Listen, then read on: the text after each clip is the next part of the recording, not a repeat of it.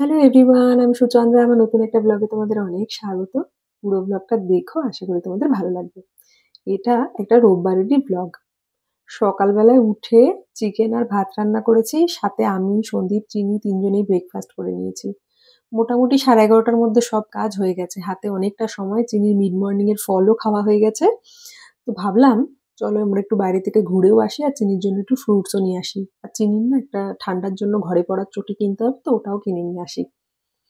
চিনি আর সন্দীপ আগেই নিচে নেমে গেছে, আমি জাস্ট তালা টালা দিয়ে নামলাম। চিনিকে নিচে নিয়ে গেছি, চিনিকে এখন সোয়েটার পরাতে হবে।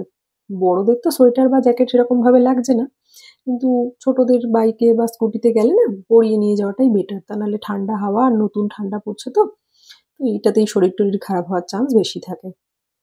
তো আমরা ফল কিনতে গেছিলাম, আর আমরা এখান থেকেই ফলটা ম্যাক্সিমাম টাইম কিনে থাকি, কারণ এখানে না প্রচুর ভ্যারাইটি পাওয়া যায়। আমরা যেখানে থাকি সেখানে আশেপাশে দোকান আছে, বাট থাকলেও এই জায়গাটা না প্রচুর ভ্যারাইটি পাওয়া যায়। আর প্রাইসগুলো ঠিকঠাক থাকে, আর ফ্রুটসের কোয়ালিটিও।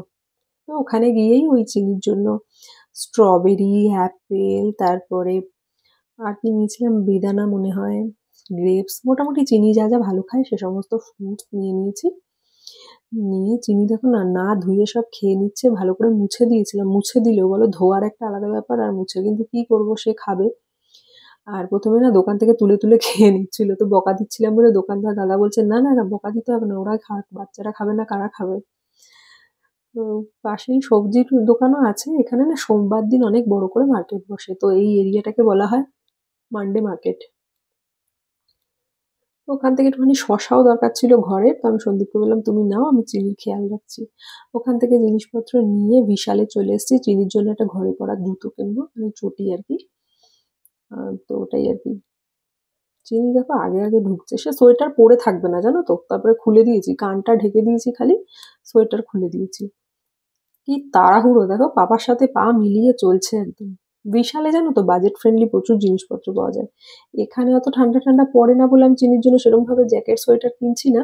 আর এছাড়া না চিনিকে চিনির ওই মানে পিসি আর কি পাঠিয়েছিল, তো জিন্সের জ্যাকেট সোয়েটার রয়েছে, তো খালি খালি কিনে ঘর বোঝাই করার কোনো মানে হয় না। ওর জন্য আমি চিনির জন্য শীতের জামা কাপড় সেরকম একটা কিনছি না। তো ঘরে পরবে, বাইরে পরার জুতো তো অনেকগুলো আছে, ঘরে পরবে একটা হাওয়াই চপ্পল নিতে এসেছিলাম। তো প্রথমে ভেবেছিলাম বেল্ট দেওয়া নেবো, কিন্তু বেল্ট দেওয়া নিলে তো সেই পা আটকানো টাইপেরই হয়ে যাবে, তারপরে পরে থাকতে চাইবে না। তো ওর জন্য নর্মাল যে আমরা মানে হাওয়াই চটিগুলো পরি, সে ওরকমই একটা নিয়েছি।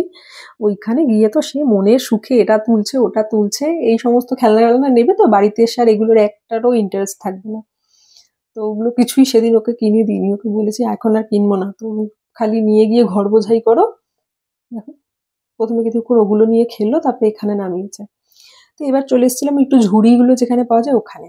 এবার বিশাল কিন্তু খুবই বাজেট ফ্রেন্ডলি, আর কোয়ালিটিও ঠিকঠাকই থাকে। তো ফ্রিজের উপরে যেখানে চিনির ফল রাখি না ঝুড়িটার মধ্যে, ঝুড়িটা না ভেঙে গেছে। আর এই যে ঝুড়িটা ভেঙে গেছে, ওই ঝুড়িটা আজকের না জানো তো, চিনির জন্মের আগের। আমি তখন মুম্বাইতে থাকতাম, তখন দুটো ঝুড়ি কিনেছিলাম, পিঙ্ক আর একটা মেরুন কালারের। তো পিঙ্ক কালারেরটা ভেঙে গেছে। তো একটা ঝুড়ি কিনে নিয়েছি, আর টুকটাক কয়েকটা জিনিস কিনেছি, আলাদা করে আর দেখালাম না, তোমাদের সাথে পরে শেয়ার করে দেবো। দেন দেরি হয়ে গেছিল, যা হয় আর কি, বেরোলে দেরি যে খুব একটা হয়েছে তা না, বাট ওই বেরিয়েছিলাম।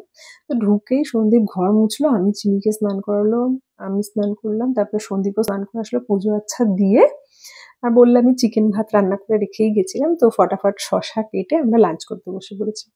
আর ছুটির দিনে আমরা সবসময় চেষ্টা করি না কি চিনি আর আমরা একসাথে খেতে। চিনি একা একা খেতে খুব ভালোবাসে, আর দিনের মধ্যে যে কোনো একটা বা দুটো খাবার কিন্তু চিনি একা একাই খায়। কারণটা কি বলতো, মানে এখন তো বড় হচ্ছে, তো আমি চাই যাতে ওর কোনো ডিপেন্ডেন্সি না থাকে, ও যাতে নিজে নিজেও খেতে পারে। আর ওকে আমি অনেক ছোটোর থেকে কিন্তু একা হাতে খেতে দিই, ছড়াক ফেলুক যা ইচ্ছা করুক, কিন্তু একা একা খাক। আমরা সামনে থাকি, খেয়াল রাখি। হ্যাঁ, সময়ের সাথে সাথে সবসময় হয় না, যেমন সকালবেলার খাবারটা খাইয়ে দিই, দুধটা খাইয়ে দিই, বাট চেষ্টা করি দিনের ২টো বা ৩টে, মানে স্ন্যাক্স হোক, ডিনার হোক বা লাঞ্চ হোক, ও যেন নিজে হাতে খায়। আর স্কুলের টিফিনটা তো নিজে হাতেই খায়। তো এই সমস্ত করে একটু গোলমরিচের গুঁড়ো বানানোর দরকার ছিল, সেগুলোকে একটুখানি রোস্ট করে গুঁড়ো বানিয়ে নিলাম। তারপর একটু কফি খেতে ইচ্ছা করলো, আমি একটু কফি খেয়ে নিলাম। ওদিকে মেয়ে আর বাবা কিন্তু শুতে চলে গেছে। তো মেয়ে যথারীতি ঘুম থেকে উঠেছে, দুপুরে ভাত খেয়ে জামাকাপড়ে লাগিয়েছিল, স্ট্রবেরি জামাকাপড়ে লাগিয়েছিল, চেঞ্জ করে গিয়ে ঘুমিয়েছিল। তো তারপরে ম্যাডাম উঠেছে, চুল বেঁধে দিয়েছি, এখন লিখছে। লিখে নিক, তারপরে যাব চা খেতে আমরা। হুম, তারপরে এইচ ফর হর্স, হেন, হাউস, হ্যান্ড। তারপরে কি হয়েছে? হাতে ব্যথা লেগেছে? ঠিক আছে, আমি ঠিক করে দেবো। না না মাম্মি, জল খাবে তুমি? না। ওকে।